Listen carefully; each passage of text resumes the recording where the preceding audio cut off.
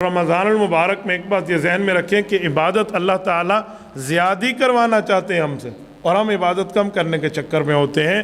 عبادت زیادی ہونی چاہیے۔ عبادت زیادی کا مطلب کیا ہے؟ اس میں نفل بھی نہ چھوٹے۔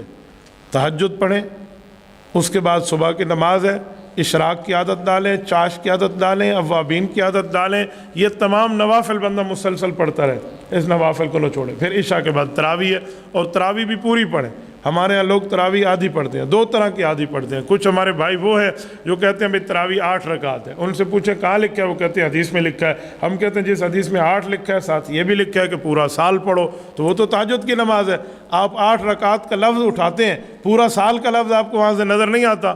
ہم کچھ بھائی تو وہ ہیں جو خامخواہ سے 8 پڑھ لیں گے، اور پڑھ کے 8 کے بعد سب کے سامنے مسجد سے نکل جائیں گے، اے وڈا حدیث تے عمل کرنا لائے۔ ایسا کچھ بھی نہیں ہے۔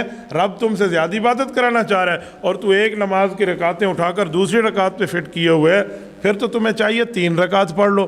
کوئی پوچھے کیوں؟ آپ کہنا بھائی 3 رکعت بھی ثابت ہے۔ لوگ کہیں گے وہ تو مغرب کی نماز ہے، آپ کہنا ثابت تو ہے نا 3 رکعت، تو پھر بندہ 3 پڑھ لے۔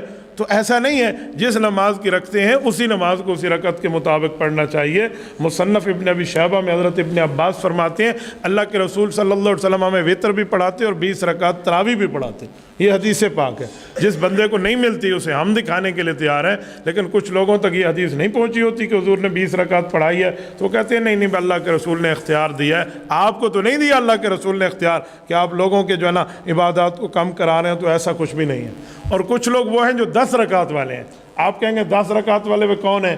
وہی ہمارے بھائی ہیں جو 20 رکعت مانتے ہیں، پڑھتے 10 رکعت ہیں۔ آپ کہیں گے کیا مطلب؟ وہ پڑھتے 20 رکعت ہیں، لیکن پہلی رکعت ہر جگہ جو 2 نفل چل رہے ہوتے ہیں، وہ پہلی رکعت میں گپ شپ لگا رہے ہوتے ہیں، ایک دوسرے سے حال حوال۔ وہ جیسے امام اللہ اکبر کرے گا، انہیں چاہیے تھا شامل ہو جاتے، نہیں، انہوں نے ایک دوسرے سے کہنا بھیا سنا آج روزہ کیوں گزرا، ڈاڈھی گرمی آئی، میں کو تو روزہ لگا رہی ہے، تیرا روزہ ٹھیک گزرا، تیرے تو نہ بھی لگی۔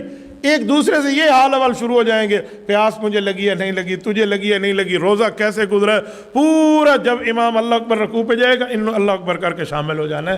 تو انہوں نے تو 10 رکعت کا قرآن سنا ہے، انہوں نے تو 20 کا نہیں سنا۔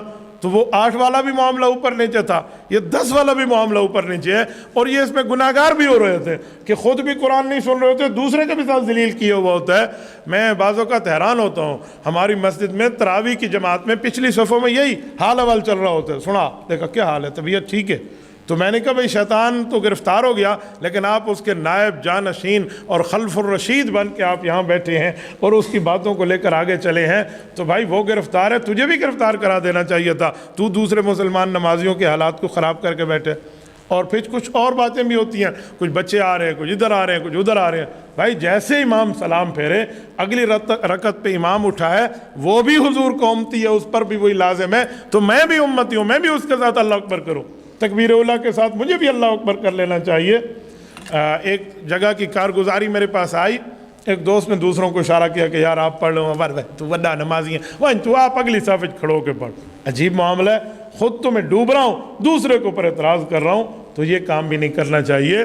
صرف 20 رکعت پڑھنا لازم نہیں ہے، شریعت میں تو پورا قرآن کریم سننا بھی مسنون ہے۔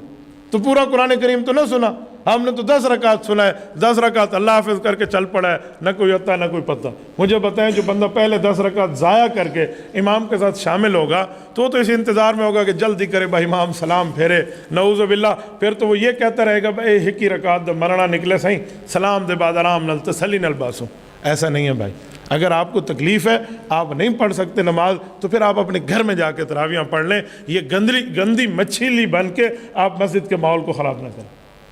میں نے ایک مسجد میں ایک مرتبہ ایک شخص کو، پرانی بات کر رہا ہوں، ایسے دیکھا وہ لوگوں سے حال حوال کر رہا ہے۔ میں نے کہا بھائی کیا مسئلہ ہے؟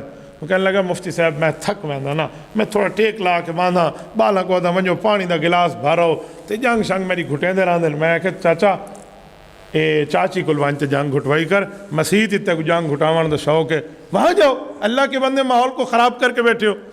تو جب ہم یہ بات کریں گے سخت بات کر رہے ہیں بھئی اللہ کے گھر میں بیٹھ کے تو پنی گھٹاوان دا شوق ہے، وہی نماز ہے لے، تو بھئی بات میں کرا لینا۔